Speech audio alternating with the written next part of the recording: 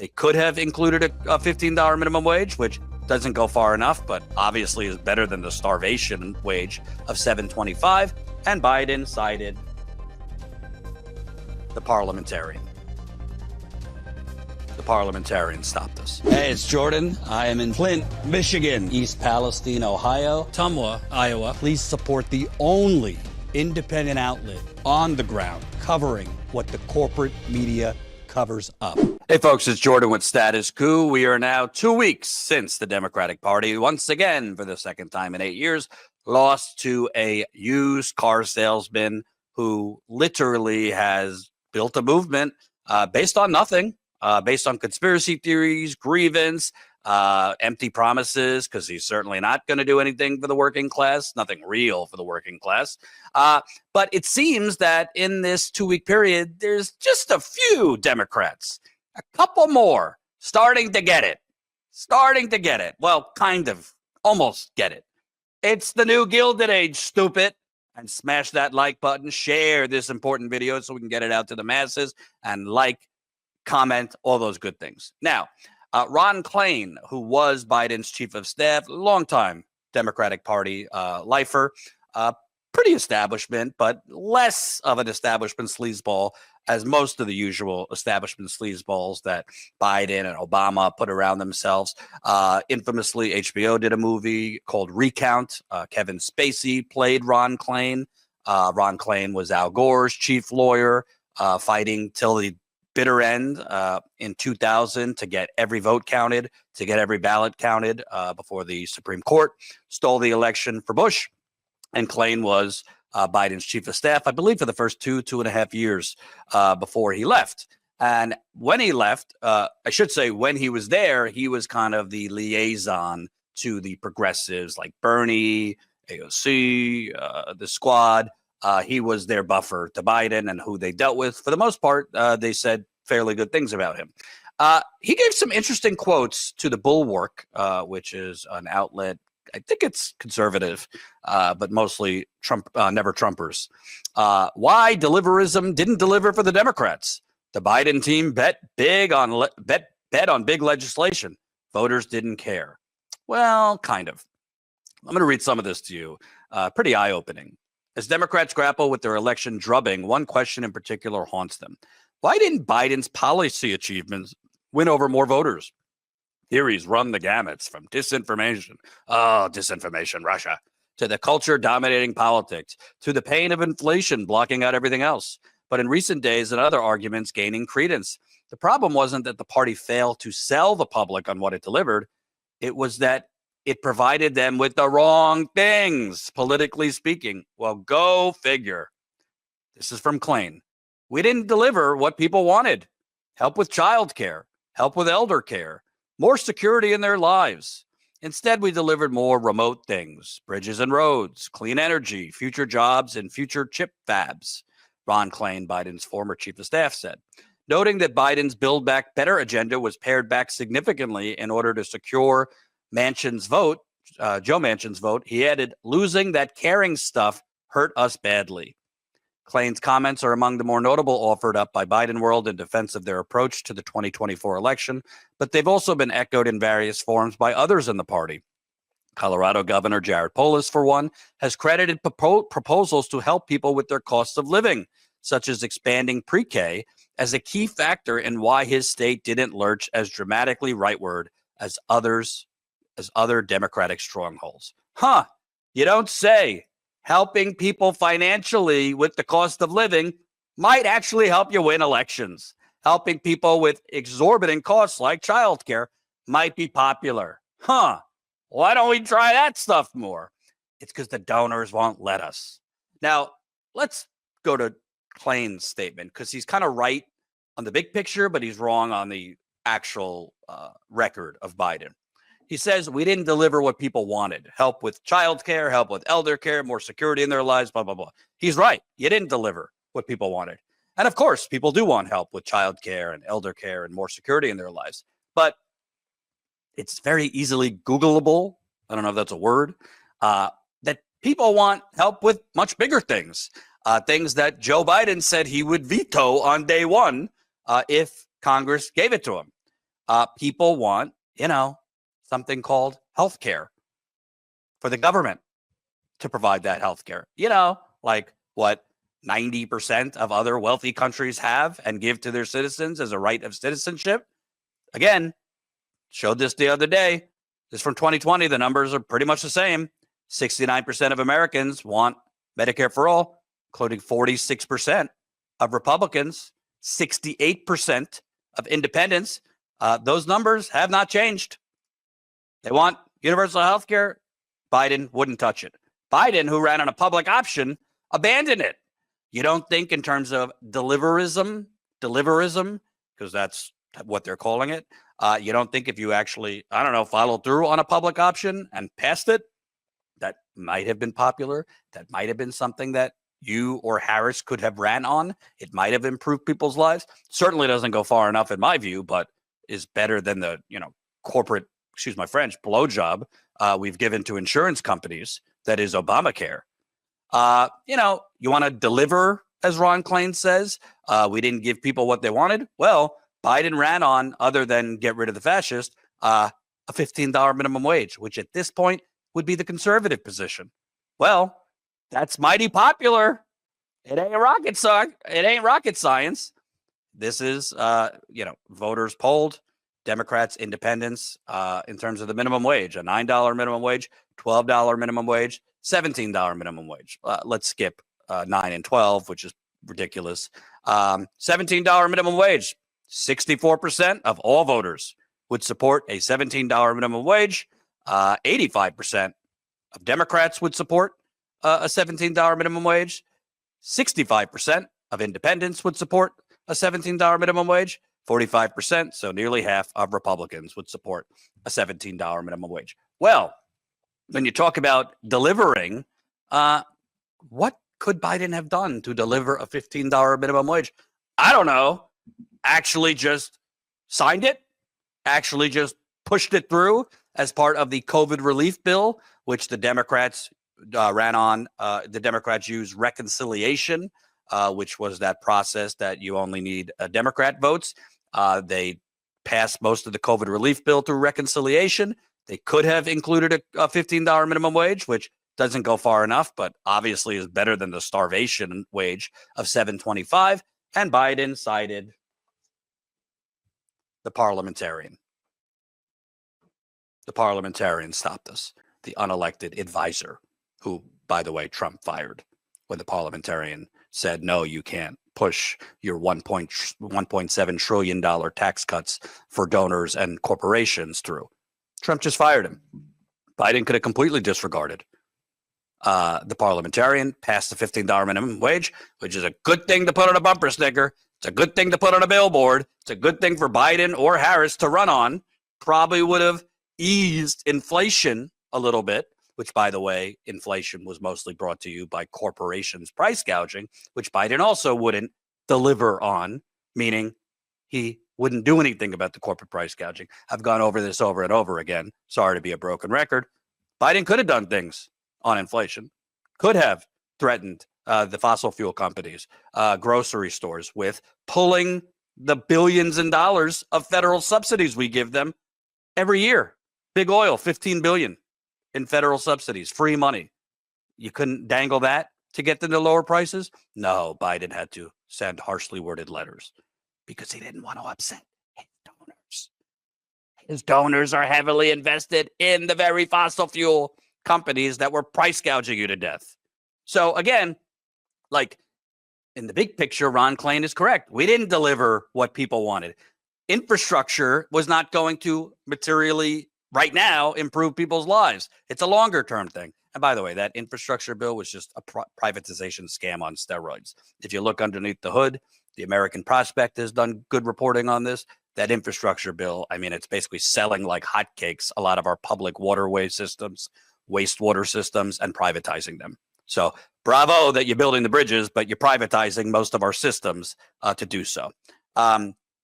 The CHIPS Act, all these things, longer term things might help in the future, but people need help now.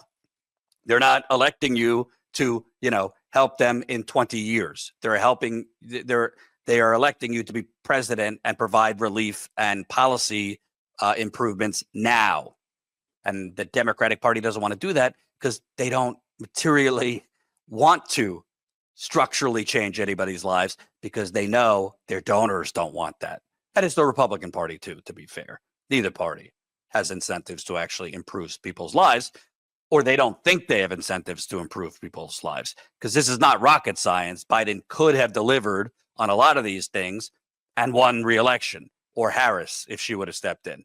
It's kind of, human psychology. You don't have to be an expert or have a PhD. When you make people's lives easier and better, they tend to like you and want to support you and vote for you again. It's not just minimum wage. We talked about the labor union support through the roof right now at a 60-year high. 70% of Americans approve of labor unions. Paid family leave. I mean, insane polling support for paid family leave. This was right before the election. 96% of Democrats supported it. 82% of independents. 76% of Republicans. Well, could have delivered on that. Oh, no, we couldn't have delivered on that because President Manchin stopped us. Well, maybe the actual president, Biden, could have used the bully pulpit of the presidency, just like Obama could have used the bully pulpit of the presidency after Sandy Hook, the grisly shooting. Remember when he came out and shed a tear for the slain children? Could have used his oratory skills to barnstorm the country, shamed every last Republican and their blood money from the NRA, shamed these ghouls. Maybe it works, maybe it doesn't, but you get points for trying, you get points for fighting, you get points for shaming the opposition, you get points for being a fighter. FDR said, "I welcome your hatred," and became one of the to the wealthy, and became one of the most beloved, popular presidents in American history. Made some mistakes, but overall, when you fight, you tend to win. When you pretend to fight and provide crumbs, you lose to fake populists who are now trying to ram through conspiracy kooks to run the health department, alleged sexual predators to be our attorney general. I mean, the list goes on and on. I mean, TV news hosts to run the Defense Department, who also have their own allegations against them. I mean, this is ugly stuff, folks. So Klain is correct in theory that, yes, we didn't deliver on the things people actually want, but he's just wrong on the main things people want, because these people are so removed, living in their coastal bubble, living in their multi-million-dollar mansions, from the politicians to the media, that they don't truly understand or care really about the suffering, the mass suffering out there. I want to play this clip. I showed you this after the election, but this was a Morning Joe panelist, kind of sort of having this awakening too. Let's play. This is from Mike Barnacle. He's been on Morning Joe for, since the beginning of time. But he kind of points out, I think, what Biden's former chief of staff kind of sort of is getting here. It had an impact about 4 or 5 times larger than the abortion ruling did, Joe, because the Democrats somehow have forgotten the lived economy of their citizens, of the people they represent. The lived economy occurs in grocery stores. It occurs at gas stations. Every single day, you see people filling up their tanks half full because of the cost of gas. You see people cutting back on groceries because of the cost of groceries. And yet the Democrats kept talking and talking and talking about this booming economy. Ding, ding, ding. You mean what I've been saying for the last decade? That it's all bullshit? We don't actually have a strong economy. We live in a new fucking Gilded Age. That was my commentary after. Well, the lived economy has not been good long before the last few years of inflation. I'm pretty sure the Democratic Party knows that, but they have made a moral and I think stupid political calculation to side with donors, to embrace the money funnel, to embrace, dialing for dollars 75% of the times, lavish fundraisers in Napa Valley and Martha's Vineyard and Silicon Valley, to, embrace bipartisanship, which people don't actually give a shit about. People just want help. People want, their wages to go up, for costs to go down, an end to all these surprise billings, the massive bills you get for healthcare that you're supposedly covered for, but they don't seem to get that part. So he gets that it's the lived economy, but he doesn't get that the Democratic Party doesn't live in the lived economy. He doesn't get that the very people on Morning Joe don't live in that lived economy. Wouldn't it be nice to have actual representatives from the working class on these panels?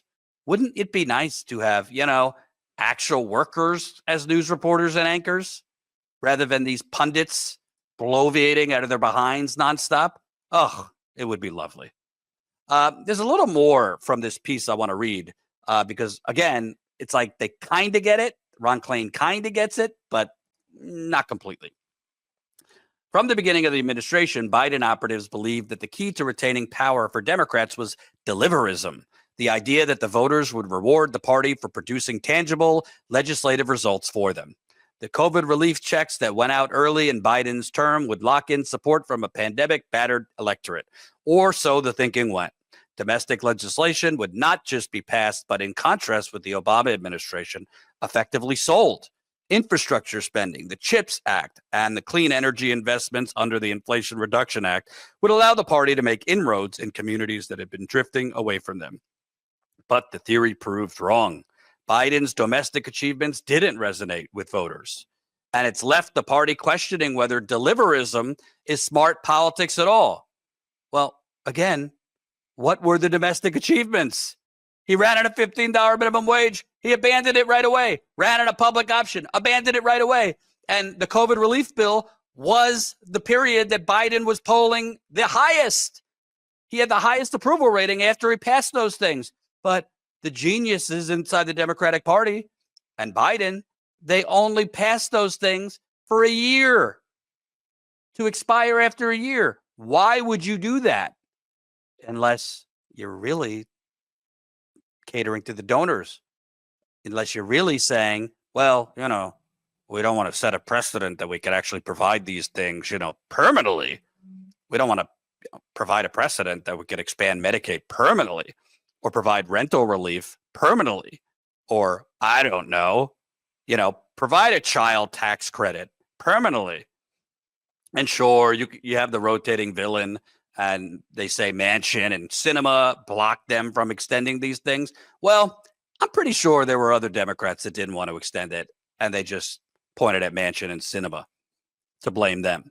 But let's say it was Manchin and Sinema who blocked it all. I don't know. We were sold by MSNBC and the rest of the media that Biden's the guy who could get things done.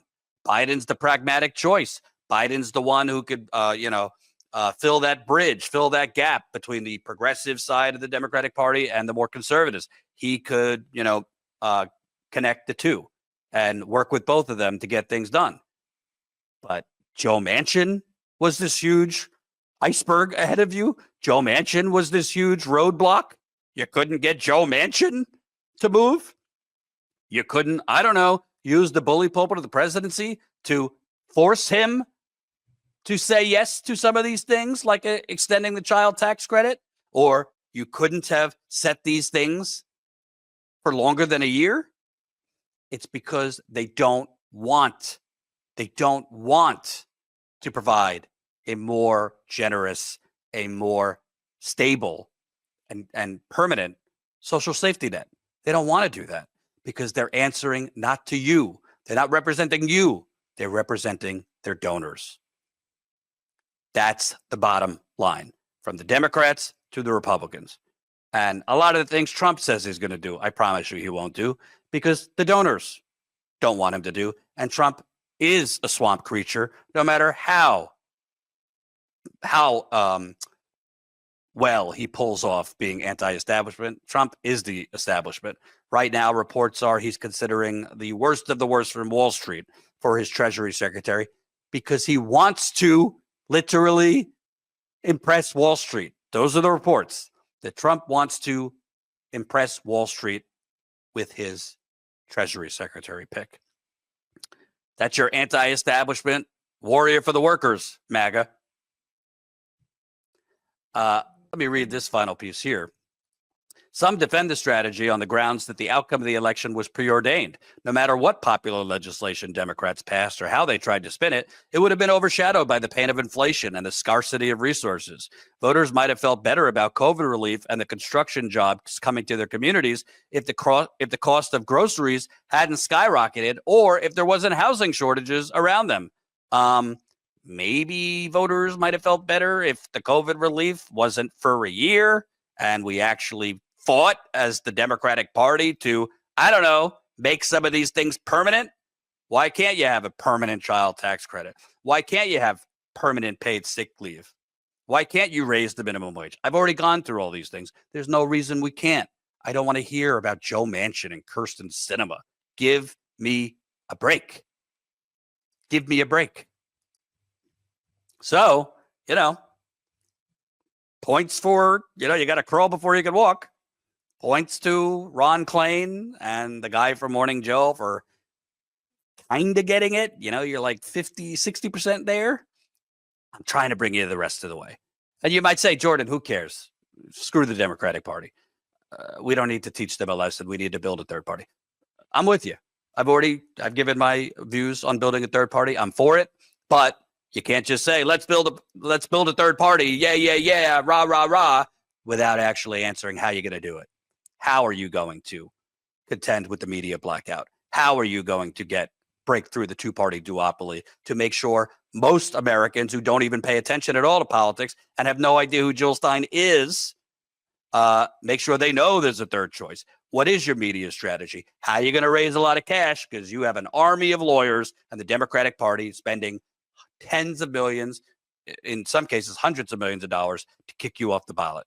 So it's not enough to say, let's build a third party. You need a strategy to do so. There hasn't been one, as far as I can tell, since I've been paying attention to politics. But why it's so important to do this reporting and analysis on the Democratic Party is this is bigger than the Democratic Party. This is about neoliberalism. The 40-year, 50-year neoliberal bubble has popped. And the Democratic Party's response to that is to be like my 2-year-old last night and to kick and scream that she doesn't want to go to bed because she's tired. She was very, very cranky last night to the point of melting down because she was overtired and she was kicking and screaming and she didn't want to accept that it's time to go to bed. Well, it's time for neoliberalism to go to bed. So we need to keep hammering the Democratic Party as they pivot right, as they deflect that it's wokeism. Wokeism's the problem. No. It's the new Gilded Age stupid. We live in a new Gilded Age. We live in an economic Hunger Games. And these are the robber barons sitting around with their champagne, popping that champagne and eating their caviar at everyone else's expense. And we need to keep calling them out until we start moving away from this corporate, corrupt insanity. Thank you for watching. Remember, we could only grow as far as you take us. We are one of the only independent outlets in America consistently doing on the ground independent investigative reporting. We just broke a major story last week on the EPA's corruption and cover-up to help Norfolk Southern cover up the fact that they chemically nuked and sickened God knows how many people in Ohio and Pennsylvania last year who are still sick after Norfolk Southern detonated 1.1 million pounds of toxic vinyl chloride over Ohio and Pennsylvania. We broke a major story on that. Go to our Substack to see that. So please, please, please support us for as low as $5 a month. That's 16 cents a day. It's a lot of outlets asking you for money, but they're just bloviating in a studio. We do more. We go out and cover what the corporate media covers up.